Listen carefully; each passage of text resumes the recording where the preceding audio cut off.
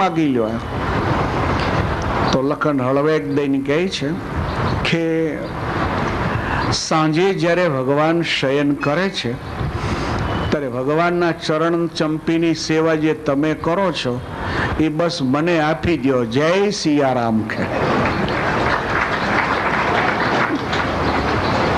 અને ચરણની સેવા માગતાની સાથે સીતાજી બેભાન થઈ ગયા.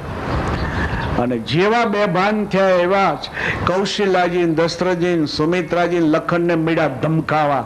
આવું બગાતું છે, માગવામાં કઈ વિવેક રાખવો જોઈએ. આ સીતાજીને કઈક થઈ જશે, જવાબ કાલે શું આપશું? તને માગતા જ આવડતું નથી. નાનો તો ત્યારથી જ તું આવો જ હતો. એ આખું રાજકુટુંબ ચોટી પડ્યું. લખન ભૈયા ભાગતા ભાગતા સીતા જ ભગવાનને મેલે. ભગવાન રઘુનાથજી કહે છે કે લખન શું થયું? તો ગોળી વાહે થઈશ. પ્રભુ મને તમે જ રસ્તો બતાવ્યો હતો. જ્યારે મેરેજ થઈને તમે મહેલે પધાર્યા હતા અને પહેલા જ દિવસે જ્યારે હું ચરણ ચંપી કરવા માટે આવ્યો હતો ત્યારે સીતાજી મને મના કરી હતી કે હવે હું આવી છું માટે ચરણ ચંપી એ હું કરીશ. તે ટાઈમે મેં આપણે વિનંતી કરી હતી કે મને પ્રભુ આ લાભ મળવો જોઈએ. ત્યારે તમે જ મને કીધું હતું કે હોળીના તહેવારમાં જ્યારે ભાભી પાસે માગવા જા ત્યારે ભાભી એમ કહે છે મોઢું માગ્યું તું માગી લે. એમ એ ટાઈમે તું ચરણ સેવા માગી લેજે, તને મળી જાય. અત્યારે હું આપીશ તો વળી સીતા નારાજ થશે. તમે જ મને શીખવાડ્યું તું ને એ રીતે મેં માગ્યું. અને એ રીતે માગ્યું એટલે સીતાજી બેભાન થઈ ગયા છે. માં તો મારી પાછળ થઈ છે. પિતાજી તો એટલા બધા ગરમ થઈ ગયા છે કે ગમે નથી લખનને પકડીને અહીં લાવો. એમ આ તો એની ધોલાઈ કરવી છે. એમ આવું મગાય જ કેમ?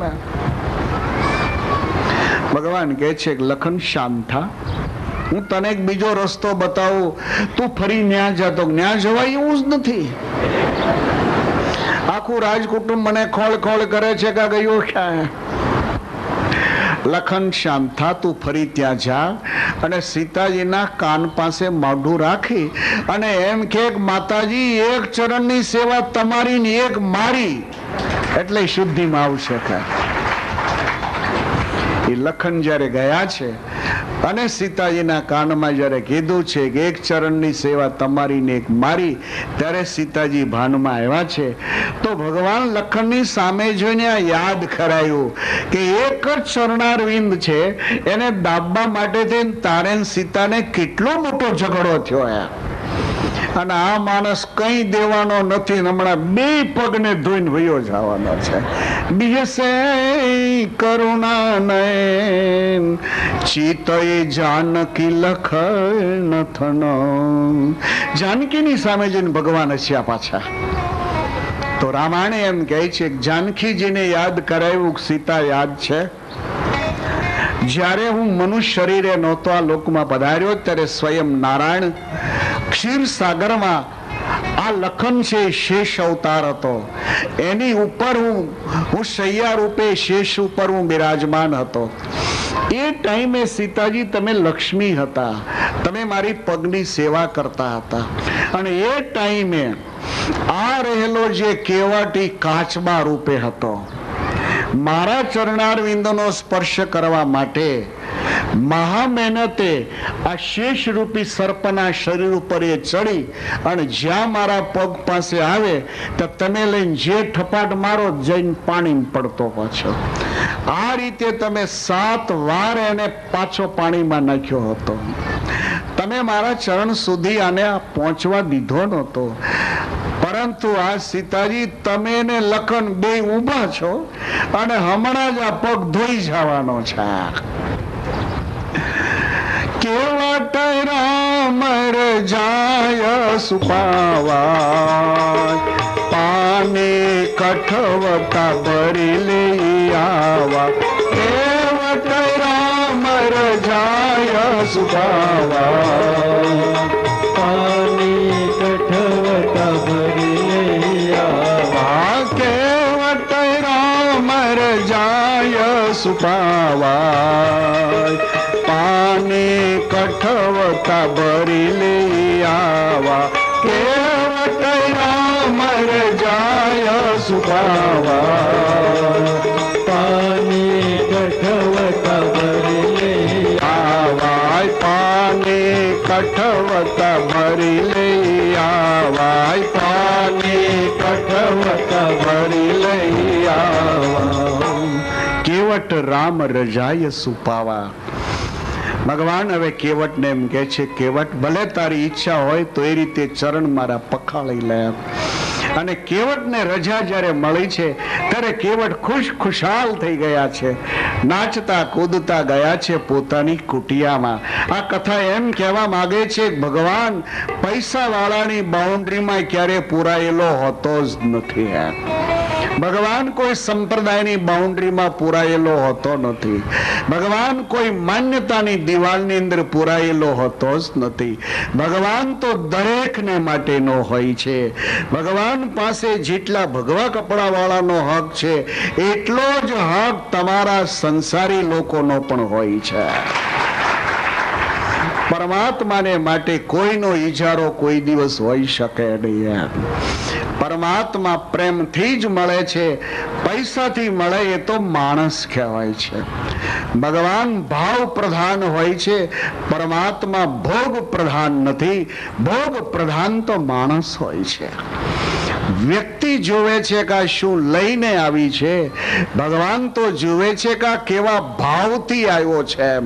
પરમેશ્વર ભાવના ભૂખ્યા હોય છે, પરમેશ્વર પ્રેમના ભૂખ્યા હોય છે. પરમાત્માને માટે કોઈ નાત નથી, પરમાત્માને માટે કોઈ જાત નથી.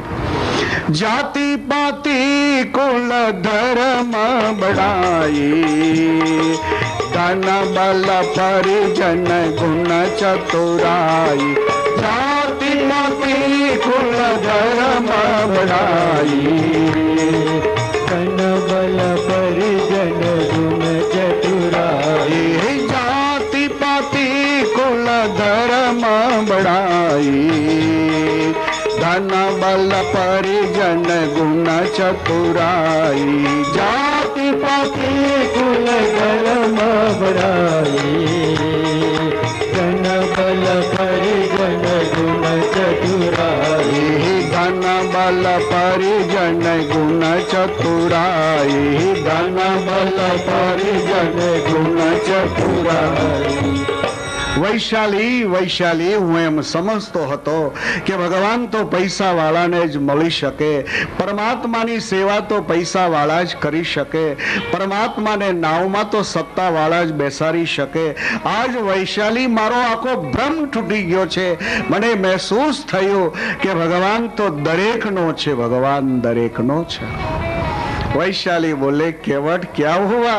तो कि बस सारे संकल्प आज समाप्त हो गए, सारे संकल्प आज पूर्ण बन गए. तो प्रभुए रजा आपी दीधी, चरण पखाड़वानी रजा आपी दीधी. तो या વૈશાલી જ્યારે સીતારામ અહીંયા પધાર્યા હતા અને પહેલા વહેલા જ્યારે ગુરુ મહારાજાની સાથે આપણે એનું સ્વાગત કરવા ગયા હતા ત્યારે તો 10 હાથવા છેટે રહીને આપણે પગે લાગતા હતા. આપણને એવું લાગતું હતું કે આપણે તો આદિવાસી છીએ, આપણે તો ભીલ લોકો છીએ, આપણે તો ગરીબ માણસો છીએ, આપણે ગામડામાં રહેનારા છીએ, આપણે તો અભણ માણસો છીએ, આપણને શુદ્ધિ અશુદ્ધિની કંઈ ખબર જ પડતી ન હોય. એટલે આપણે જો ભગવાનના ચરણને સેટ ટચ થાય તો ભગવાન અભડાઈ જાય. આજ મને ખ્યાલ આવ્યો છે, આજ મને ખ્યાલ આવ્યો છે કે ભગવાન તો એવાથી જ અભડાય છે કે જે માણસમાં ધાર્મિક સંસ્કાર ન હોય, જે માણસમાં સજ્જનતાઈ ન હોય, જે માણસમાં અમીરી ન હોય, જે વ્યક્તિમાં વૈદિક સંસ્કૃતિ ન હોય, આવા માણસને અડવાથી ભગવાન અભડાય છે. બાકી તો પરમાત્માને આભડશેટ કોઈની લાગતી નથી. વૈશાલી જલ્દી તૈયારી કર, જલ્દી તૈયારી કરી. ભગવાને રજા આપી છે અને એમ કીધું છે કે તું પાણી જલ્દી લાવ, મારા ચરણ પખાળી લે. વૈશાલીએ વિચાર કર્યો કે શેમાં પાણી લઈ જાવ, હાવ ગરીબ ઘર હતું, એકે ત્રાંબા કે પિત્તળનું વાસણ જ ઘરમાં નહીં, ખાલી એક જ ત્રાંબાનો લોટો. ત્યારથી ત્રાંબુ મેદાન મરી ગયો.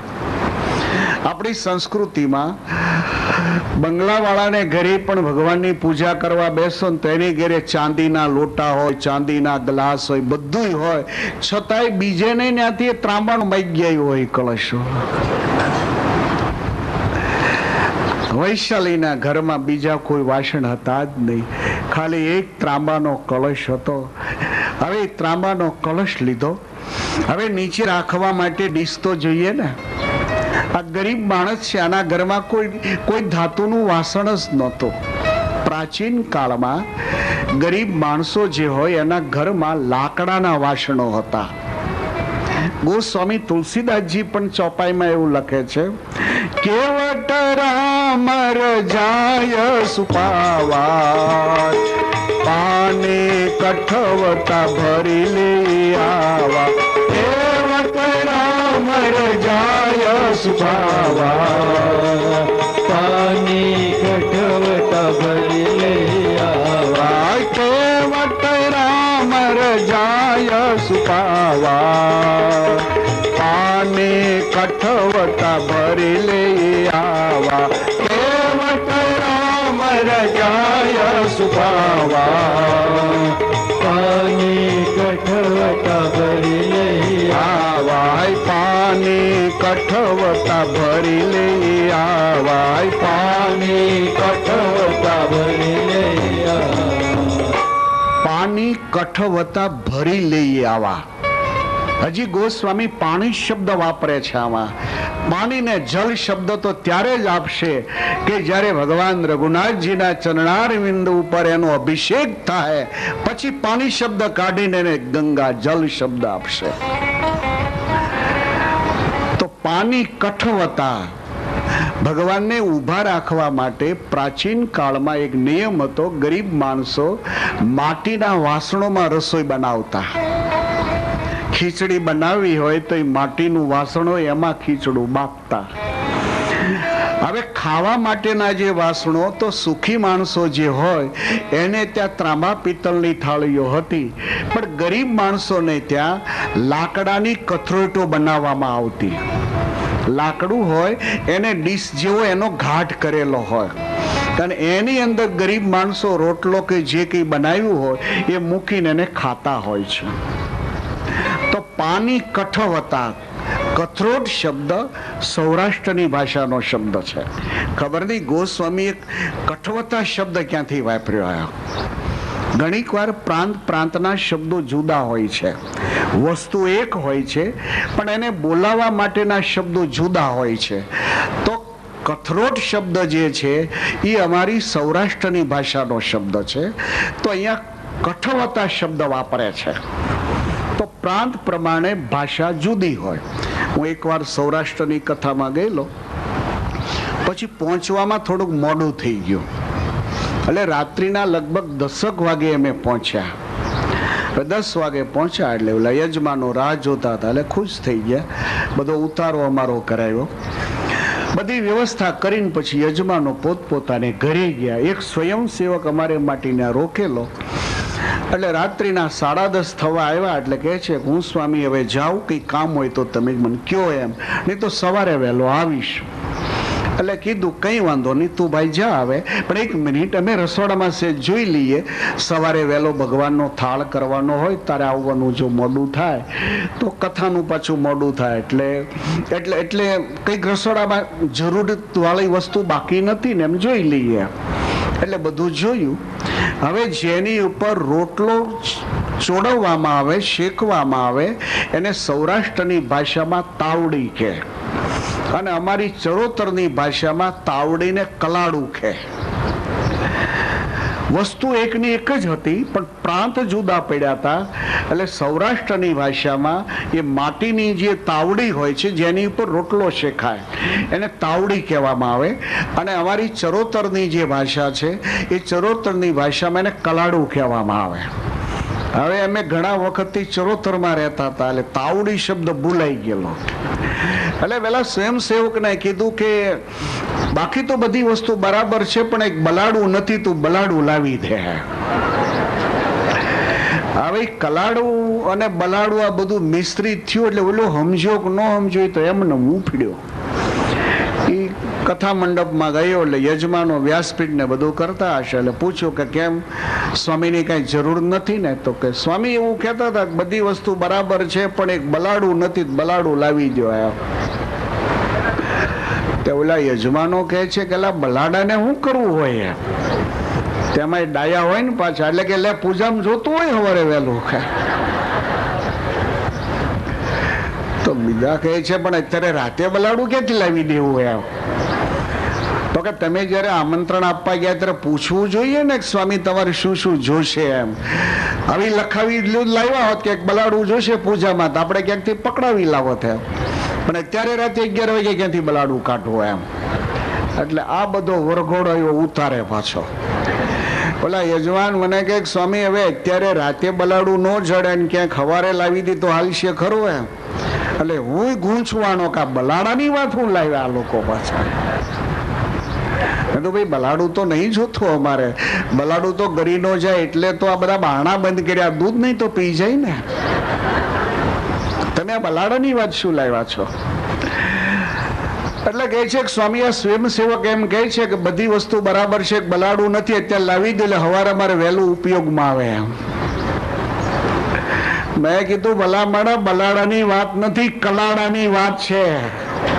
આ તો સારું થયું તમે કોથળામાં પકડી લાવ્યા નહીં. કેવટ રામ રજાય સુપાવા, પાણી કઠવટા ભરી લઈ આવા. કેવટ રામ રજાય સુપાવા, પાણી કઠવટા ભરી લઈ આવા. કેવટ રામ રજાય સુપાવા, પાણી કઠવટા ભરી લઈ આવા. કેવટ રામ રજાય સુપાવા, પાણી કઠવટા ભરી લઈ આવા. પાણી કઠવટા ભરી લઈ આવા. પાણી કઠવટા ભરી લઈ આવા. કેવટ રામ રજાય સુપાવા, પાણી કઠવતા ભરી લઈ આવા. એ લાકડાની કથરોટ લીધી અને એક ત્રાંબાનો ઘડો લીધો. આ બંને જણા ગંગાને કિનારે આવ્યા છે અને પેલા ત્રાંબાના ઘડામાં ગંગા જળ ભર્યું છે. ગંગા જળ ભરીને બે જણા આવે ભગવાનના ચરણ પખાળવા માટે આગળ વધે ત્યારે કેવટ કહે છે કે વૈશાલી બધાય સંકલ્પો આજ તો પૂરા થયા, સીતારામ નાવમાં પધારે એ સંકલ્પ પૂરો થાય, ભગવાનના ચરણારવિંદ ધોવા મળે એ સંકલ્પ પૂરો થાય, પણ વૈશાલીજી એક ઈચ્છા બાકી રહી ગઈ છે. બોલે છે કે કેવટ કહી નાખો જે ઈચ્છા બાકી રહી ગઈ હોય. આજ ભગવાન મનુષ્ય શરીરે બિરાજે છે, આજ ભગવાન ચિંતામણી અને કલ્પ વૃક્ષ રૂપે બિરાજે છે. આજ તો જે સંકલ્પ કરીએ ભગવાન પૂરા જ કરશે. બોલો શી ઈચ્છા છે? તો કે વૈશાલી ભગવાનના ચરણારવિંદ તો પખાળવા મળે પણ મારા માથા ઉપર ભગવાન હાથ ન મૂકે. વૈશાલી કહે છે કે તમે તો ઉતારો કરી નાખ્યો હતો. પેલા તો ખાલી એટલી જ વાત કરતા હતા કે ભગવાન આપણા નાવમાં બેસે તો આપણે ભાગ્યવાન થઈ જાય. એ વાત પૂરી થઈ તો વળી કહો છો ચરણ પખાળવા મળે તો ભાગ્યવાન થઈ જાય. એ વાત પૂરી થઈ તો હવે એમ કહો છો માથા ઉપર હાથ મૂકે તો ધન ધન થઈ જાય. વૈશાલી કહે છે કે એક આઈડિયા બતાવો. શું? તો કે આપણે જયારે ભગવાનના ચરણ પખાળવા જઈએ, હા, પછી આ કથરોડ છે ને એને નીચે ન મૂકતા તો તમારે કેમલ કેમ બે એમ બેહવાનું. વૈશાલી પણ ભગવાનના ચરણ પખાળવા તો શિસ્તની વાત એક બાજુ મૂકો. તમારે કેમલ બહેન એમ બેહવાનું, એક ગોઠણ જમીન ઉપર રાખવાનો, એક ગોઠણ અધર રાખવાનો અને એની ઉપર આ કથરોટ તમારે રાખવાની. પછી ભગવાનને વિનંતી કરવાની કે એક ચરણ ઉપર આપ ઉભા રહ્યો અને એક ચરણ આ કથરોટમાં પધરાવો. એટલે ભગવાન એક ચરણ ઉપર ઉભા રહેશે અને એક ચરણ પેલી કથરોટમાં પધરાવશે. હવે જ્યારે ધોવાનું શરૂ થાય ત્યારે તમારો ગોઠણ તમારે હલાવવાનું ચાલુ કરવું. હવે ગોઠણ હલે તો ઉપર જે કથરોટ છે હલે ને, અને કથરોટમાં ચરણારવિંદ છે ભગવાનનો, તો હવે આખો ગોઠણ હલે એટલે ભગવાનનો ચરણ હલે ને ઈ હલે એટલે રામ ભી હલે. અને રામ જો હલે તો તરત એમ કહે છે કેવટ હું ગબડી પડી છે, અને ગબડી પડી છે એમ કહીને ત્યારે તમારે વિનંતી કરવાની કે ગબડી પડવાનો જો ભય લાગતો હોય તો બે હાથથી મારું માથું ઝાલી લ્યો. તરત બે હાથ ભગવાનના તમારા માથા ઉપર આવી જશે. કેવટ રામ રજાય સુખાવા, પાને કઠવતા ભરી લે આવા. કેવટ રામ રજાય સુખાવા, પાની કઠવતા ભરી લઈ આવા. કેવટ રામ રજાય સુખાવા, પાને કઠવતા ભરી લે આવા. કેવટ રામ રજાય સુખાવા, પાની કઠવતા ભરી લઈ આવા. પાને કઠવતા ભરી લઈ આવા. પાને કઠવતા ભરી લઈ આવા. પાની કઠવતા ભરી લઈ આવા. ત્રાંબાના ઘડામાં સરસ ગંગા જળ લીધું છે, એક હાથમાં પેલી લાકડાની કથરોડ છે. આ બંને જણા આવ્યા છે જ્યાં ભગવાન સીતારામ ઉભા છે ત્યાં. લખનભૈયાનું ધ્યાન ગયું. સીતાજીને કહે છે માતાજી અત્યાર સુધી તો કેવટ એકલો હતો, અને એ જે ભગવાનને જવાબ આપતો હતો ત્યારે માતાજી તમને એમ નહોતું લાગતું કે આ બધાય જે જવાબો આપે છે એની વાઈફની બુદ્ધિનું કારણ છે? તો હા એવું તો લાગતું જ તું. તો કે ત્યાર સુધી આ કેવટ એકલો હતો, હવે આ વકીલને હારે લઈને આવ્યો છે, આ વૈશાલીને હારે લઈને આવ્યો. સંભાળીજો માતાજી. હવે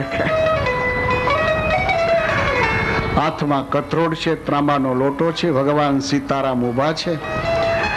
કેવટે પલોઠી વાળવાને બદલે એક ગોઠણ જમીન ઉપર રાખ્યો અને એક ગોઠણ અધર રાખ્યો, અને એની ઉપર ઓલો ખૂમચો પધરાયો. સીતાજી કહે છે કે લખન ભૈયા આ બેહવાની રીત છે? લખન કહે છે કે નાટકનો શો બદલાય છે, હમણાં જ નવું નાટક લાવવાનો. કઈ ત્યાં તો કેવટે વિનંતી કરી છે પ્રભુ એક ચરણ ઉપર આપ ઉભા રહી શકો છો, એક ચરણ આ કથરોટમાં પધરાવો એટલે પહેલા હું એકને ધોઈ લઉં, ત્યાર પછી એ ચરણ ઉપર આપ ઉભા રહેજો, અને બીજો ધોયા વગરનો છે એ ચરણને બરાબર પખાળી લેશે. પરમાત્માએ તો એક ચરણ હતો એ જમીન ઉપર રાખ્યો, બીજો ચરણ પેલી કથરોટમાં રાખ્યો છે. વૈશાલીએ પાણી રેડવાનું શરૂ કર્યું છે. જ્યારે પાણી રેડાય છે ત્યારે બરાબર ભગવાનના ચરણારવિંદને પેલો કેવટ એક હાથથી ઘસીને બરાબર ધોવે છે. એ સમયમાં કેવટને એમ લાગ્યું કે ચરણારવિંદ બરાબર ધોવાઈ રહ્યો છે, પણ હલાવવાનું જો ભૂલાઈ જાય તો માથે હાથ નહીં રહે, એટલે તરત શરૂ એટલે ગોઠણ મળ્યો હલવા. ગોઠણ હલે છે એટલે ભગવાન રામ મળ્યા હલવા. રામ હલવા મળ્યા એટલે કહે છે કે લા કેવટ હું ગબડી પડીશ. કેવટ કહે છે કે મહારાજ ગબડી પડવાની ભય જો લાગતો હોય તો બે હાથથી મારા માથાને ઝાલી લો, જેનાથી ટેકો મળી જાય. રામાયણમાં સરકારને કોઈ હલાવી નથી શક્યો, એક પણ એવી ચોપાઈ નથી કે અમારા રઘુનાથજીને કોઈ હલાવી શકે. રાજ્યાભિષેકને બદલે વનવાસ મળ્યો છતાંય એ રઘુનાથજીને હલાવી ન શકાય. સીતાજીનું હરણ થયું તો રઘુનાથજીને કોઈ હલાવી ન શક્યું. રાવણની સામે મેદાનમાં જ્યારે ઉતરવું પડ્યું છે તો સરકારને કોઈ હલાવી નથી શક્યું. પણ એક જ આ કેવટ અને વૈશાલી એવા મળ્યા છે કે આજ ભગવાન રઘુનાથજીને તો ડખડખાવી નાખ્યા. ઓલો કેવટ છે એનું ગોઠણ આખો હલ્યા જ કરે. હવે જેટલા પ્રમાણમાં ગોઠણ હલે એટલા પ્રમાણમાં ભગવાનનો ચરણ છે આગો પાછો ત્યાં. ભગવાન ગભરાઈ ગયા છે, લા કેવટ પડીશું તો કે બે હાથથી મારું માથું ચાલી લો, ટેકો લઈ લો. રામાયણ કહે છે કે સારું એ જગત સીતારામજીના ટેકે ટકી રહ્યું છે, સારું એ જગત સીતારામજીના આશ્રયે સુખી થયું છે. પણ એક જ કથા એવી દેખાય છે કે આજ સરકારને કેવટનો ટેકો લેવો પડ્યો છે. આજ હમારા રામને, આજ હમારે સીતારામને કેવટનો ટેકો લેવો પડ્યો છે. રામાયણમાં ભગવાનના ભક્તનો હંમેશા વિજય બતાવવામાં આવ્યો છે. રામાયણ એમ કહે છે કે ભગવાન દરેકની સામે વિજય મેળવી શકે છે, બાકી પોતાના ભક્તોની આગળ એનો પરાભવ થાય છે, એનો પરાભવ થાય છે. કેવટના માથા ઉપર ભગવાનના બંને હાથ, કેવટ ખુશખુશાલ થઈ ગયો. બંને ચરણારવિંદ બરાબર ધોવાઈ ગયા છે. હવે પેલું કથરોટમાં જે પાણી ભેગું થયું એટલે લખન તરત કહે છે કે કેવટ, આ પાણી છે ને એ તમે મને આપી દો.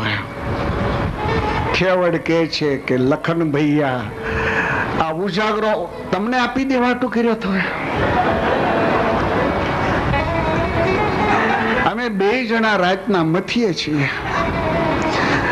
આ પ્રસાદીનું જળ એને માટે અમે બે જણા 12 કલાકથી મથીએ છીએ, તમને આપી દેવા માટે.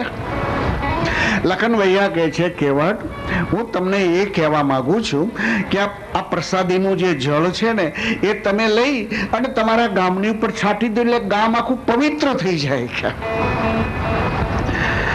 કેવટ કહે છે કે એક વિનંતી કરું લખન ભૈયા, આપ કહો છો કે આ પ્રસાદીનું જળ શૃંગવેરપુરના બધા મકાનો ઉપર છાંટી દો એટલે મકાનો પવિત્ર થઈ જાય, પણ ઓલી ચમત્કારી રજ આમાં આવી ગઈ ને, તો કે આવી ગઈ, આમાં આવી ગઈ છે. હવે તો જે ચમત્કારી રજ શિલાને અડે એની નારી થઈ જાય, એ ચમત્કારી રજ નાવમાં બેસે તો નાવની નારી થઈ જાય. આ ચમત્કારી રજ જો આ પાણીમાં આવી ગઈ હોય તો, અને આ પાણીને હું ગામની ઉપર છાંટું તો અમારા બધા ઘર છે તો વાંસવળીના બનેલા ઘર છે.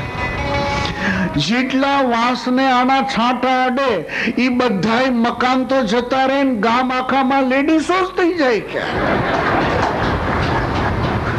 આ પાણી લખન ભૈયા ગામમાં ન છટાય.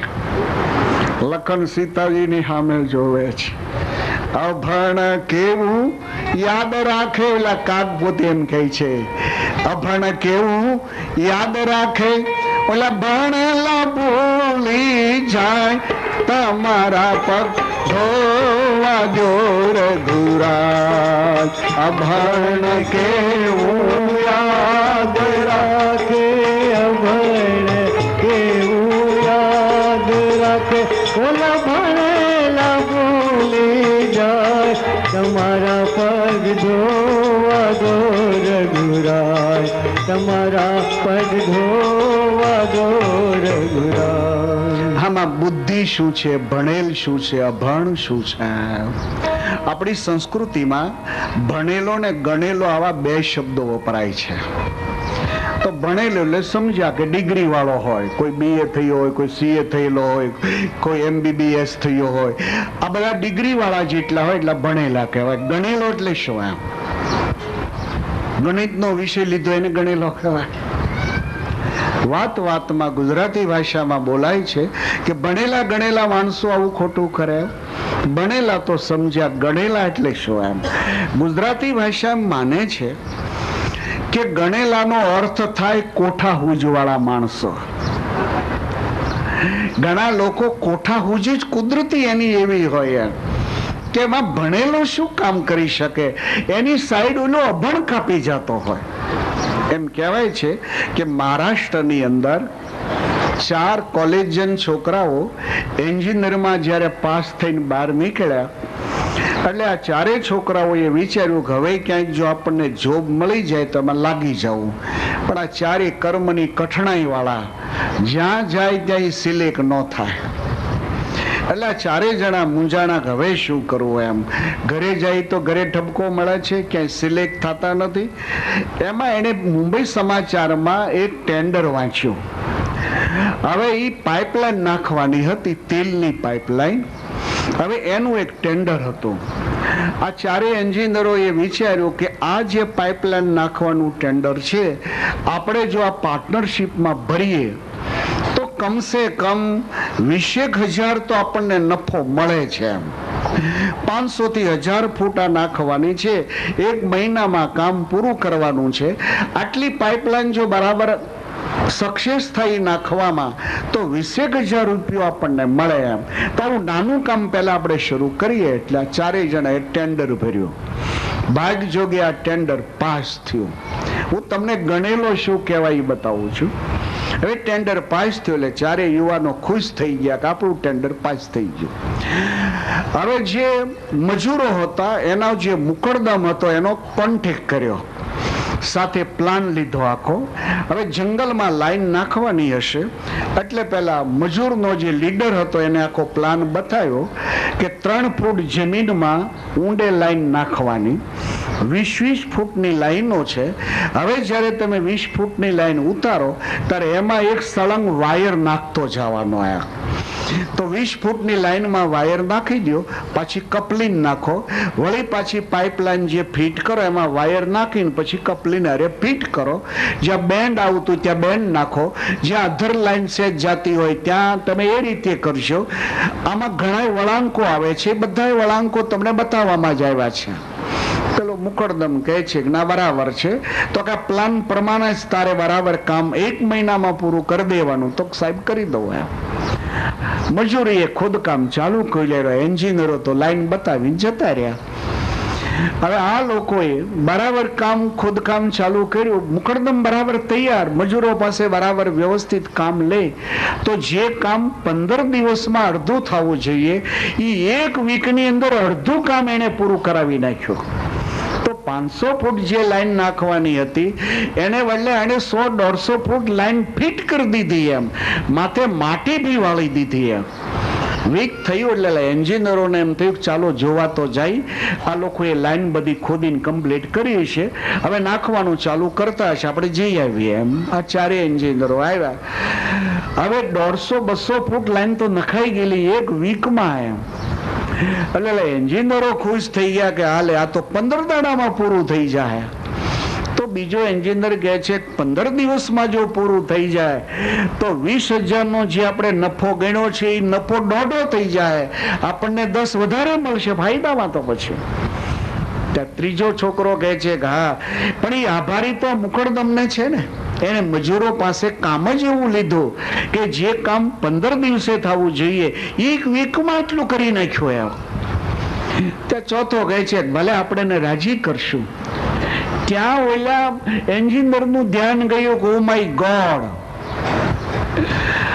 આપણે ગણીએ છીએ કે 10,000 નફો વધારે મળશે, 10,000 નફો વધારે નહીં મળે, 10,000 ની નુકસાની આવશે આપણને.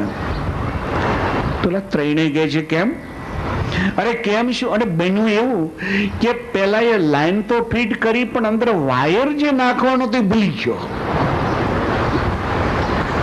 200 ફૂટ લાઈન એમને ફિટ કરીને માથે માટી ડાળી દીધી. કે છે કે આમાં વાયર તો ભૂલી ગયો નાખતા. પેલા એન્જિનિયરોને થયું મરી ગયા, હવે શું થાય? એટલે મુકરદમને બોલાવ્યો પાછો. પેલો પણ આમ ખુશ થઈને આવ્યો, હમણાં જ મને બીડીના 5-50 આપશે. અત્યારે તો મેં અઠવાડિયામાં કામ પૂરું કર્યું છે. પેલા એન્જિનિયરો કહે છે કે આ કામ તમે કરાવ્યું છે? તો હા, માથે ઉભા રહીને કરાવ્યું છે. બરાબર 3 ફૂટ ઊંડી લાઈન નખાવી છે. એમ મને બરોબર પ્લાન પ્રમાણે જ છે. એમ જ્યાં બેન્ડ આવ્યા છે ત્યાં બેન્ડ નાખ્યા છે, એલ્બા આવ્યા ને એલ્બા નાખ્યા છે, બરોબર વ્યવસ્થિત પ્લાન પ્રમાણે જ. એમ પેલા એન્જિનિયરો કહે છે કે એ બધી વાત પછી કર, આમાં વાયર કેમ રહી ગયો છે? હવે એને લાઈટ થયેલા મુકરદમને ગો બાપ, આ વાયર નાખવો તો રહી ગયો. હવે સ્પ્રિંગો લાવી અને વાયર નાખવાનો પ્રયાસ કરે પણ જ્યાં બેન્ડ આવે ને ત્યાં ઓલી સ્પ્રિંગ અટકીને પાછી પડે. હાં સુધી બધા એન્જિનિયરો મથ્યા પણ જ્યાં બેન્ડ આવે ને ત્યાંથી રિંગ આગળ જાય નહીં. હવે અહીં 200 લાઈનમાં તો 15 જગ્યાએ આવા બેન્ડ આવતા હતા. એટલે એન્જિનિયરો કહે છે કે હવે વીક પાછી આ લાઈન નાખી, આ માટી કાઢ અને બધી લાઈન છૂટી પાડ અને એક લાઈન ઉતારતો જા ને અંદર વાયર નાખતો જા. ઓલો મુકરદમ કહે છે કે ભલે હું વીખું ખરો પણ આની મજૂરી તમારે એક્સ્ટ્રા આપવી પડે. ઓલા એન્જિનિયરો કે તારી ભૂલ છે, અમે છે ને મજૂરી આપીએ, અમે તો ઘરે જ બેસી જઈએ ને, તો પછી તારી ભૂલનો તું ભોગ બને. પેલો કહે છે પણ હું ગરીબ માણસ, હું તો મરી જ જાઉં ને, આ 200 ફૂટ લાઈન પાછી આખી કાઢવી કેટલી મજૂરી થાય. પેલા એન્જિનિયરો કહે છે કે 1 પૈસો અમે ન આપીએ, તારે આ બધી લાઈન ખોલીને વાયર નાખવો જ પડે એમ, તને પ્લાનમાં બતાવેલું હતું એમ. આ બરોબર ઝઘડો હાલે. એ બાજુમાં એક ગામડું, એમાંથી કાકાને ટોયલેટ જવું છે, એટલે હાથમાં પાણીનું ડબલું અને ટોયલેટ જવા નીકળેલા એણે આ કજિયો ને દેકારો સાંભળ્યો. એટલે વેલા કાકાને એમ લાગ્યું કે આ ઝઘડે છે શું એમ. એટલે વેલા કાકા આવ્યા અને ઘડીક ઉભા રહ્યા, એટલે એને આખી વાતનો ખ્યાલ આવી ગયો કે આ ચારે છે એન્જિનિયરો છે, આ એના કામ કરનારા માણસો છે, આ માણસોનો મુકરદમ છે, આ માણસ વાયર નાખતા ભૂલી ગયો છે, એટલે એના આ એન્જિનિયરો ધમકાવી રહ્યા છે. કારણ ઓલો કરગરે છે કે હું મરી જઈશ, હું મરી જઈશ, મને તમે થોડીક પણ મજૂરી આપો એમ, નફો મારે નહીં જોઈએ એમ, જેટલી થાય એટલી જ મજૂરી આપો, પણ મને આપો નહીં તો મરી જાય. પેલા આંખ આવે છે, કેટલાય બેન્ડો આવે છે, કોઈ હિસાબે વાયર સામે જાય જ નહીં ખોલ્યા સિવાય. તમે ટોયલેટ જાઓ, ટોયલેટ જાઓ. ઓલા કાકા કહે છે કે તમે ભલે એન્જિનિયર રહ્યા, મને 5000 આપો, હમણાં જ વાયર નાખી દો. તો બીજો એન્જિનિયર કહે છે વળગાડીને 5000 માં હું બાંધો, 5 બચે છે ને આપણે. તો પણ કે આ ગામડાના કાકાને કઈ ખબર ન હોય, આ ટોયલેટ જાય છે, આને હું ખબર પડે વાયરમાં. તો કે પણ હવે નાખે છે ને આપણે નાખ્યા પછી આપવા છે ને. તો કે કાકા સામે છેડે કાઢી દેવાનો વાયર. તો સામે છેડે કાઢી દો, પૈસા પછી આપશું. તો વાયર પકડી લો હાથમાં, પછી જ આપવાના પૈસા. તો ખારું, તો પછી નાખી દો. કેટલો ટાઈમ લાગશે? અરે 10 જ મિનિટ. હું કેટલો ટાઈમ લાગશે?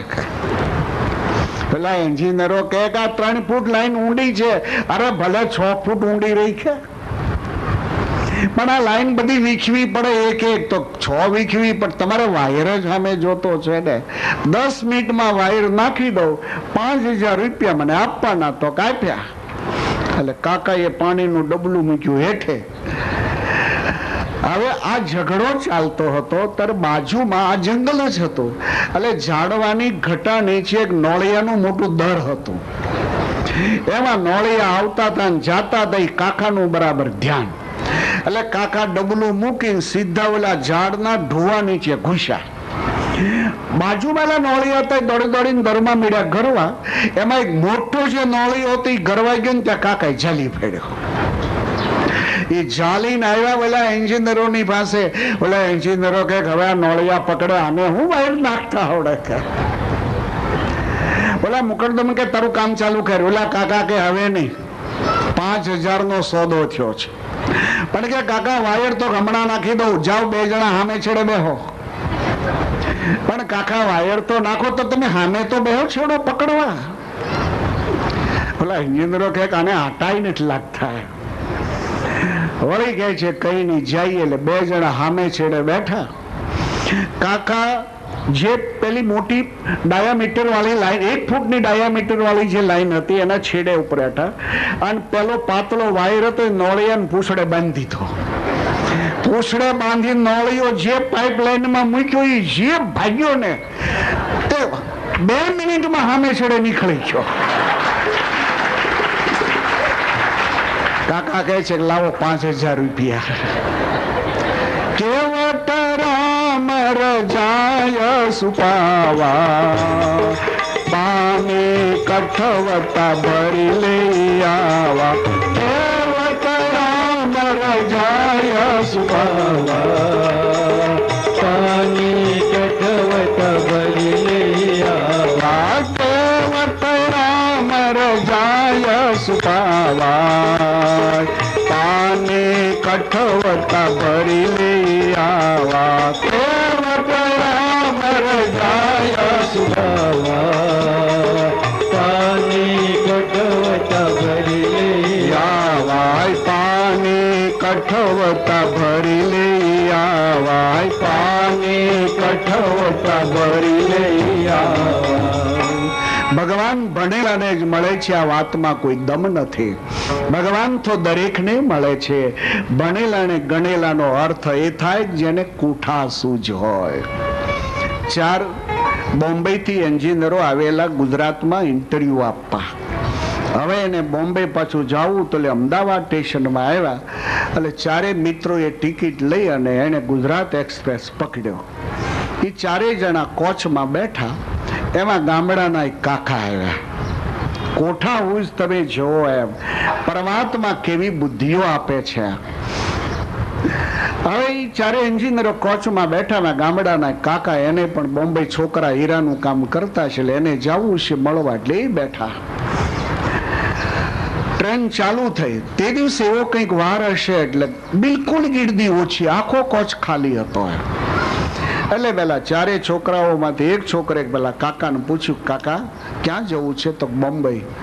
તો કે બોમ્બેમાં ક્યાં ઉતરવું છે? તો સેન્ટ્રલ. કાકા અમારે સેન્ટ્રલ જ ઉતરવું છે. તો પછી આપણો તમારો કાયમ માટે સેન્ટ્રલ સુધીનો સહારો થઈ ગયો. એમ કાકા કે મને આનંદ થયો કે તમે ત્યાં ઉતરવાના છો. તો ગામડાનો અભણ માણસ, મને કઈ સમજ પડે નહીં. સારું થયું મારે પૂછવું મટ્યું કે સેન્ટ્રલ આવ્યું કે બોરીવલ્લી આવ્યું, શું આવ્યું? એમ પેલો છોકરો કહે છે, કાકા સેન્ટ્રલ ને આવતા તો બહુ વાર લાગશે, તો આપણે પત્તે રમીએ એટલે સમય પસાર થાય. તો પેલા કાકા કહે, હું તો ગામડાનો માણસ, મને કઈ પત્તામાં સમજ પડે નહીં. અરે કાકા પત્તામાં ના સમજ પડે? તો ના, મને કશી સમજ ના પડે. તો બીજો છોકરો કહે છે કે કાકાને પત્તામાં સમજ ન પડતી હોય પણ ગામડાના માણસોને ઉખાણામાં બહુ સમજ પડે છે. આપણે તો સમય જ પસાર કરવો છે ને, તો કાકા આપણે ઉખાણા નાખીએ. પેલા કાકા કે પણ હવે અમારા ગામડાના ઉખાણામાં શું હોય? એમ તો કે કાકા સમય જ પસાર કરવો છે ને આપણે તો વાંધો નહીં, સમય પસાર કરવો છે તો આપણે ઉખાણા તો નાખીએ છે. તો બીજો છોકરો કહે છે, કાકા એક કામ કરીએ, ઉખાણું તો નાખીએ પણ અંદર થોડીક શરત હોય ને તો મજા જામે. એમ તો કે શેની શરત? તો કે જુઓ કાકા, અમે ઉખાણું નાખીએ અને તમને જો ન આવડે તો તમારે 20 રૂપિયા અમને આપવાના, અને અમને ન આવડે તો અમે તમને 20 રૂપિયા આપીએ. કાકા કહે છે, પણ તમે 4 જણા અને હું એકલો. તમે ભણેલા છો, હું અભણ માણસ છું. તમે બોમ્બે જેવા સિટીમાં રહો છો, હું તો ગામડામાં રહું છું. મારો અડધો ચાર્જ રાખો. મને ના આવડે તો હું 10 આપું, તમને જો ના આવડે તો તમારે 20 આપવાના. એટલે છોકરા કે વાંધો નહીં, આપણે 4 છીએ એટલે ભલે કાકા, શરત મંજૂર. તો કાકા કહે છે, તો તમે પેલા નાખો. છોકરા કહે છે નહીં કાકા, તમે પેલા નાખો. એમ તો ભલે હું નાખું. તો કે એક પક્ષી છે કે હા, એ હાલે ત્યારે 2 પગ હોય, દોડે ત્યારે એને 3 પગ હોય, ઉડે ત્યારે 4 પગ હોય, અને નીચે ઉતરે ત્યારે 1 પગ ન હોય. કહી દો એ કયું પક્ષી? એમ ઓલા છોકરા તો જુ વિભાગમાં મીડા માથા દોડાવવા કે આવું બર્ડ કયું હોય? એમ હાલે ત્યારે 2 પગ, દોડે ત્યારે 3 પગ, ઉડે ત્યારે 4 પગ, અને ઉતરે ત્યારે 1 પગ નહીં પાછવા. પેલા છોકરાઓ કહે છે, કાકા આ તો નહીં આવડે. તો હારી ગયા ને? તો કાકા હારી ગયા, લ્યો 20 રૂપિયા. એટલે 10-10 ની 2 નોટ પેલા કાકાને આપી. એટલે કાકાએ લઈને નાખી ખીચામાં. હવે પેલા છોકરા કહે છે કે કાકા અમારો વારો આવ્યો ને? તો હવે તમારો વારો, તમે ઉખાણો નાખો. પેલા છોકરા કે આનું આજ આને વળગાડો. એટલે કહે છે, કાકા પક્ષી છે, હાલે ત્યારે 2 પગ, દોડે ત્યારે 3, ઉડે ત્યારે 4, ને ઉતરે ત્યારે 1 ની. કહી દો તો મને નથી આવડતું, લો 10 તમને આપ્યા. કેવટ રામ રજાય સુભાવા, પાણી કઠવતા ભરી લઈ આવા. કેવટ રામ રજાય સુભાવા, પાણી કઠવતા ભરી લઈ આવા. પાણી કઠવતા ભરી લઈ આવા. પાણી કઠવતા ભરી લઈ આવા. કેવટ લખન ભૈયાને કહે છે કે લખન ભૈયા, પ્રસાદીનું પાણી હું શૃંગવેરપુરના મકાન ઉપર જો નાખું તો એ લાકડાના મકાન છે, વાંસના વળીઓના બનાવેલા મકાન છે, ઘાસના. હવે એને બધાઈને આ પાણી જો ટચ થાય તો આ ગામ આખું બૈરાનું જ થઈ જાય, લેડીઝ જ થઈ જાય ને. તો લખનવૈયા કહે છે તો પછી આ પાણી શું કરશો? તો હું પી જઈશ કે. લખનવૈયાને કહે છે કે આ પ્રસાદીનું પાણી હું પી જઈશ. લખન કહે છે તો પછી તું લેડીઝ થઈ જાય તો શું થાય? કેવટ કહે છે કે આ પાણી પીવાથી હું જો લેડીઝ થઈ જાઉં તો સીતાજીનું હરણ થાય તેથી આપણે ના ગોઠવાઈ જવું કે. કેવટ રામ રજાય સુપાવા પાણી કઠવટા ભરી લઈ આવા.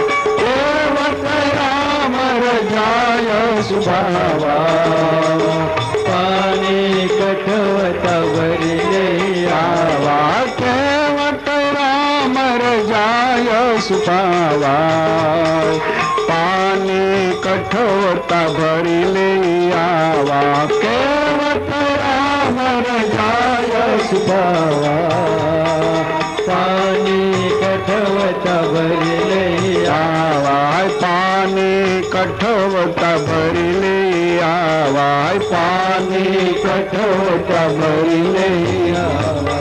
કેવટ રામ રજાય સુફાવા. લખનવૈયાને એમ લાગ્યો કે હવે વચ્ચે પડવામાં મજા નથી. લખન પાછા પ્રભુની પીછે. કેવટના હાથમાં ઓલી પ્રસાદીનું જળ જેમાં છે આ કથરોટ હતી. ભગવાન કહે છે કે હવે કેવટ જલ્દીથી તમે બે જણા જળનું આચમન કરી લ્યો અને પછી નાવ લાવો. કેવટ કહે છે કૃપાનાથ એક વિનંતી. તમે નાના હતા ત્યારે અભ્યાસ ક્યાં કર્યો હતો? લખનભૈયા સીતાજીને કહે છે કે આ શો બદલાણો પાછો, હમણાં જ આ નવું નાટક લાવવાનો. ભગવાનને પૂછે છે ક્યાં ભણ્યા થાય? સરકાર કહે છે કે અમે નાના હતા ત્યારે વશિષ્ઠના આશ્રમમાં અભ્યાસ માટે રોકાયા હતા. ઓ તમે વશિષ્ઠના આશ્રમમાં જ્યારે ભણવા માટે રહ્યા હતા સવારે જાગતા હતા કેટલા વાગે?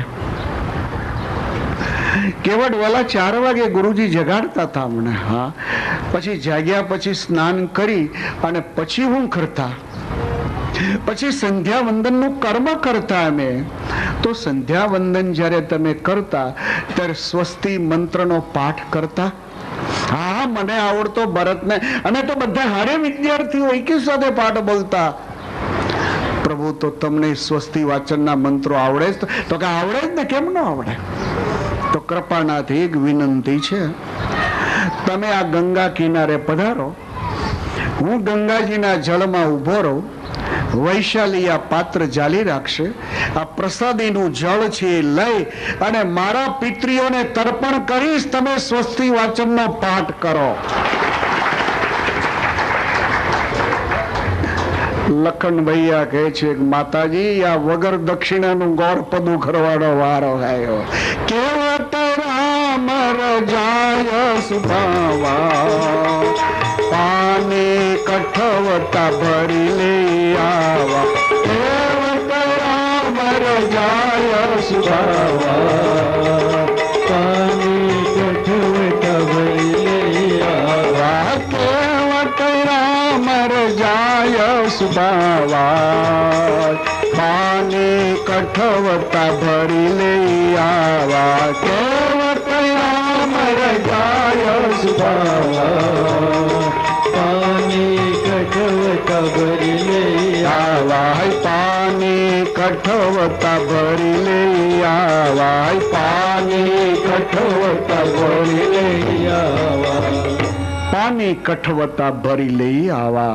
કથરોટમાં પ્રસાદીનું જે પાણી હતું, કેવટ એમ કહે છે પ્રભુ મને તો આપ મળ્યા, વૈશાલીને આપનું દર્શન થયું, અમે બે માણસો ભાગ્યવાન થઈ ગયા, અમે જગત જીતી ગયા. પ્રભુ અમને તો તમારા ચરણારવિંદના સ્પર્શને કારણે અમને તો તમારું ધામ મળી ગયું છે, પણ મારી 21 પેઢીના પિતરીઓ જે છે એના માટે અમે બે જણા કશું નથી કરી શક્યા. અમે ગરીબ માણસો છીએ મહારાજ, અમારા પિતરીઓને માટે અમે કશું નથી કરી શક્યા. ત્યારથી આપણી સંસ્કૃતિમાં પાછળ રહેલા દીકરા દીકરીઓ છે એ મા બાપનું તર્પણ કરતા હોય છે, પિંડ આપતા હોય છે. અને હિન્દુ ધર્મે ત્યારથી જે પિંડ અહીંયા આપવામાં પિતૃને આવે છે એ પિંડ ભગવાન એને જ અપાવે છે. કોઈને એમ લાગે કે પિતૃ ક્યાં હોય ને અહીંયા અગાશીમાં તમે શ્રાદ્ધ નાખો છો, અહીંયા અગાશીમાં તમે શ્રાદ્ધ નાખો છો, એ પિતૃઓ જે છે એના આત્માઓ એ તો અવકાશમાં હોય તો જ સમજ્યા કે એને મળ્યું એમ.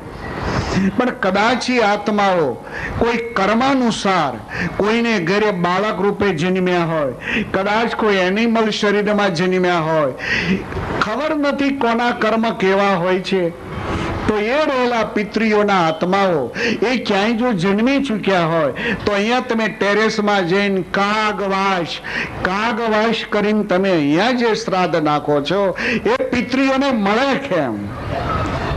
આપણા વૈદિક ગ્રંથો એમ કહે છે કે કેવટની કથા પછી ભગવાન રઘુનાથજીએ આવો એક જીઆર બહાર પાડ્યો હતો કે જેના નામને ઉદ્દેશીને પિંડ આપવામાં આવે છે, જેના નામને સંબોધીને તર્પણ કરવામાં આવે છે, એ નામધારી આત્મા પશુ યોનિમાં ગયો હોય તો ભલે, કોઈ બર્ડ વિભાગમાં ગયો હોય તો ભલે, કોઈ વનસ્પતિ વિભાગમાં ગયો હોય તો ભલે, સ્વર્ગમાં ગયો હોય કે પિતૃલોકમાં ગયો હોય, જ્યાં ગયો હોય ત્યાં જેનું નામ ઉદ્દેશી વૈદિક ઉચ્ચારની સાથે જો પિંડ આપવામાં આવે તો ભગવાન રઘુનાથજીએ મત જાહેર કર્યો કે તે દિવસે ને સારામાં સારું ભોજન મળતું હોય છે.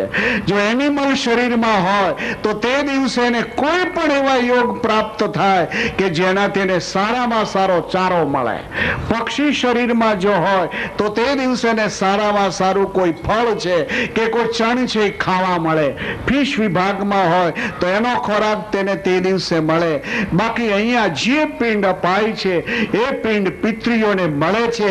આ हमारी वैदिक संस्कृति की परंपरा है. એટલા સંસ્કૃતિમાં પિંડદાન આપવાની પ્રથા છે, એટલા સંસ્કૃતિમાં તર્પણની પ્રથા છે. વેદોક્ત મંત્રથી અને બ્રાહ્મણના ઉચ્ચારથી જેના નામથી તમે તર્પણ કરશો એ પિતૃને મળે છે. એ માટે રામાયણ જવાબદાર છે. આ ભગવાન સીતારામજીએ એક જીઆર બહાર પાડેલો છે. પિતૃના ઋણમાંથી મુક્ત થવા માટેનો આ શ્રેષ્ઠ ઉપાય છે. આ સિવાય પિતૃના ઋણમાંથી પુત્રો મુક્ત નથી થઈ શકતા. કારણ કે જેનાથી આ શરીરનું નિર્માણ થયું હોય, પુરુષ શરીરમાં બૌદ્ધાએ માનો ભાગ જે છે 85% હોય છે, બાપનો ભાગ તો ખાલી 15% જ હોય છે. શરીરમાં જેટલું બ્લડ કહેવાય છે, શરીરમાં જેટલી મજ્જાઓ કહેવાય છે, શરીરમાં જેટલું મીઠ કહેવાય છે, એ બધું માના શરીરથી પ્રાપ્ત થયેલું હોય છે. તો મા બાપ થકી જે શરીરનું નિર્માણ થયું, મા બાપથી જે શરીરનું પોષણ થયું, મા બાપ થકી જે શરીરનું રક્ષણ થયું, એ મા બાપના ઋણમાંથી કોઈ દિવસ બાળ મુક્ત થતો જ નથી. આ આપણી હિન્દુ સંસ્કૃતિની વિચારધારા છે. મા બાપની સાથે ફાવે કે ન ફાવે, મા બાપ હયાત હોય કે ન હોય, નામની પાછળ તો બાપનું નામ જ હંમેશા આ સંસ્કૃતિ લગાડે છે. હિન્દુ સંસ્કૃતિ દીકરાના નામની પાછળ બાપનું નામ લગાડે છે. બાપનું નામ પૂછવામાં આવે કે તમે કોના દીકરા, તો ફલાણા ભાઈના દીકરા. એની હારે ઘણીક વાર બોલવા વ્યવહાર ન રહ્યો બાપની હારે, છતાંય કોઈ પૂછે કોના દીકરા, તો એનું જ નામ લેશે. બાપ હયાત ન હોય ને કોઈ પૂછે કોના દીકરા, તો હું ફલાણા ભાઈનો દીકરો છું. આ એક જ સંસ્કૃતિ, હિન્દુ સંસ્કૃતિ એવી છે કે જે સંસ્કૃતિ એમ કહેવા માંગે છે કે તમે પરમાત્મા અને માતા પિતાના કાયમ ઋણી રહેવાના છો. એટલે આ સંસ્કૃતિમાં આપણા નામની પાછળ આપણા મા બાપનું નામ લાગે છે. તમે દુનિયાની સંસ્કૃતિમાં જોશો તો આ પ્રથા નથી. તમે અમેરિકામાં જુઓ, તમે ઇંગ્લેન્ડમાં જુઓ, આ બધા યુરોપ કન્ટ્રીના જે દેશો છે એમાં તમે જોશો બસ ખાલી વ્યક્તિગત એક જ નામ હશે. ડોલરનો ચેક જયારે આવે ને ત્યારે હવે વાંચજો ધ્યાન દઈને બરાબર. અમેરિકાથી ડોલરનો ચેક જ્યારે તમને આવે ને ત્યારે વાંચજો, ખાલી છોકરાનું નામ હશે, પછી એન્ડ કરીને એની વાઈફનું નામ હશે. બાપના નામની તો એને બી ઘણી વાર ખબર નહીં, ભૂલી ગયો. અને એમાંય ન્યા જો બોન થયો હોય તો તેને ખબર ન હોય મારા બાપનું, કારણ કે લખવાની પ્રથા નથી થયા. આ સંસ્કૃતિ એમ માને છે કે આ જગત ભગવાનનું ઋણી છે અને જગતમાં જેનો જન્મ થયો છે એ સૌ પોતપોતાના મા બાપના ઋણી છે. કેવટ આજે એમ કહે છે પ્રભુ આઈએ મારા પિતૃઓની ઉપર કૃપા કરો. ત્યારથી આ સંસ્કૃતિમાં એમ કહેવાય છે કે એનું નામ જ પુત્ર કહેવાય છે કે જે મા બાપને પુમ નામના નરકમાંથી બહાર કાઢી પરમાત્માના ચરણારવિંદમાં પહોંચાડે એનું નામ પુત્ર કહેવાય છે. પૈસા કમાવીને લાવે એનું નામ પુત્ર આપણી રામાયણ નથી કહેતી. આપણી રામાયણ તો પુત્ર એને કહે છે કે જે દીકરો બાપને ભગવાન સુધી પહોંચાડી દે છે. એટલે આપણી સંસ્કૃતિમાં મૃત્યુ થયા પછીથી 12 દિવસ સુધી ભગવત ક્રિયાઓ થાય છે. 12 દિવસ સુધી જે સત્કર્મ કરવામાં આવે એ પુણ્યનો જથ્થો છે એ પહેલા પૂર્વજને જ ફાળવવામાં આવે છે. આવું આપણા હિન્દુ ધર્મ ગ્રંથોનું માનવું છે. હવે ભગવાન ગંગા કે તટ પર કેવટ અને વૈશાલી બે ગંગામાજીમાં ઉભા છે. પવિત્ર એવું આ જળ હતું. એ પવિત્ર ચરણોદક છે એને ખોબામાં લઈ અને જ્યારે પિતૃઓની સામે ખોબો ધર્યો છે ભગવાન સ્વસ્તિ વાચનના મંત્રો શરૂ કરે છે. રામાયણના સંતોનું એવું માનવું છે કે જ્યાં પાણી નીચે પડે છે તો ગંગાજીના જળમાંથી કેવટના પિતૃઓના કાંડા ઉધી હાથ બહાર દેખાય છે અને પેલું જળ હતું એ જળને એ પિતૃઓ પોતે હાથથી સ્વીકારી લે છે અને પોતાના માથા ઉપર ચડાવે છે. જ્યારે પિતૃઓને પ્રસાદીનું ચરણોદક મળ્યું છે ત્યારે આ સારા એ પિતૃઓ પિતૃ શરીરને છોડી ભાગવતી શરીરને મેળવી વિમાનમાં બેસીને ભગવાનના ધામમાં જાય છે, પરમાત્માના ધામમાં જાય છે. અદ્ભુત છે. કેવટ ગંગા તરણની કથા અદ્ભુત કથા છે. ત્યારથી આપણે ગંગાજીમાં સ્નાન કરીએ છીએ, પવિત્ર તીર્થોમાં દર્શન કરીએ છીએ અને જ્યારે આવા પવિત્ર નદીઓની અંદર સ્નાન કરતા હોઈએ છીએ ત્યારે પાણીના એક એક ખોબાને ઉપર ચડાવી મા બાપને આપણે યાદ કરતા હોઈએ છીએ. આ મારી માનો એક ખોબો, એક મારા પિતાજીનો ખોબો. પોતાની વાઈફ ગઈ હોય તો એનું પાણી ચડાવે, લેડીઝો હોય તો હસબન્ડને યાદ કરીને પાણી ચડાવે. દર્શન જ્યારે આપણે કરીએ છીએ ત્યારે પણ ભગવાનને વંદન કરતા હોઈએ ત્યારે મા બાપને યાદ કરીને વંદના કરીએ છીએ. આ સંસ્કૃતિ સ્વયં સુખ લક્ષી સંસ્કૃતિ જ નથી. વૈદિક સંસ્કૃતિ સ્વયં સુખ લક્ષી નથી. આ સંસ્કૃતિ કહેવાય છે કે જેવા આપણે સુખી થયા એવા જ સારા વિશ્વના લોકો સુખી થાવ આવું ઈચ્છનારી આ સંસ્કૃતિ છે. આ સંસ્કૃતિ સ્વમોક્ષમાં માનનારી સંસ્કૃતિ નથી કે મારો એકનો જ મોક્ષ થાવ એવું માનનારી આ સંસ્કૃતિ નથી. આ સંસ્કૃતિ મારા સારા એ પિતૃઓ છે એને મોક્ષ મળો આવું માનનારી સંસ્કૃતિ છે. તમે ભાગવતજીની કથા સાંભળી હશે. ભાગવતજીના 4th સ્કંદમાં ધ્રુવ કથા આવે છે અને ધ્રુવ કથા છેલ્લી ઉંમરમાં ધ્રુવ પોતાના પુત્રને રાજકાર પર સોંપી અને ગંગાજીની કિનારે આવ્યા છે. હવે જ્યારે સાધના કરતા કરતા ધ્રુવનો મૃત્યુ સમય જ્યારે આવ્યો છે ત્યારે મૂર્તિમાન મૃત્યુ આવ્યું છે. ધ્રુવ કુમારને એમ કહે છે તમારી આયુષ પૂરી થઈ છે એટલે તમારા આત્માને શરીરથી હું છૂટો પાડવા માટે આવ્યો છું. ધ્રુવ કુમાર કહે છે જ્યારે ભગવાન મને નહોતા મળ્યા ત્યારે તો બરાબર છે, પણ ભગવાન જ્યારે મળ્યા ત્યારથી આ શરીર ઉપર કોઈનો અધિકાર નથી. જીવન સમર્પિત ભગવાનને કરવું જોઈએ. ભગવાન વલ્લભાચાર્યજીનો આ એક મત હતો કે જેમ લેડીઝ કોઈ પુરુષને સમર્પિત થઈ જાય છે, લેડીઝ જેમ કોઈ પુરુષને પરણીને સમર્પિત થાય છે એમ લેડીઝ અને જેન્ટ્સ આ બે જણા ભગવાનની શરણાગતિને સ્વીકારી ભગવાનને સમર્પિત થાય છે. અને ભગવાનને જ્યારે સમર્પિત થાય છે તે દિવસે ભગવાનનો જ અધિકારી જીવાત્મા ઉપર રહે છે. તો ધ્રુવ કુમાર એમ કહે છે કે મને ભગવાન મળ્યા છે, હું ભગવાનને શરણે થયેલો છું. તો ભગવાનને શરણે થયેલો હોવ તો આ મિલકત ભગવાનની છે, આ મિલકત ઉપર તારો મૃત્યુ કોઈ અધિકાર નથી. તો કાળના માથા પર પગ મૂકી અને ધ્રુવ કુમાર છે વિમાનમાં બેઠા છે. હવે જયારે વૈકુંઠમાં એ જાય છે ત્યારે ધ્રુવજીને એક વિચાર આવ્યો કે હું તો ભગવાનના ધામમાં જઈ રહ્યો છું, પણ મારી માં શું થઈ? મારી માં પિતૃલોકમાં ગઈ કે મારી માં સ્વર્ગલોકમાં ગઈ કે મારી માં પ્રેત શરીરમાં ગઈ? મારી માનું શું થયું? વૈકુંઠના પાર્ષદોને કહે છે વિમાન અટકાવો. તો કેમ? તો કે મારી માં જો વૈકુંઠમાં ન ગઈ હોય તો દીકરા તરીકે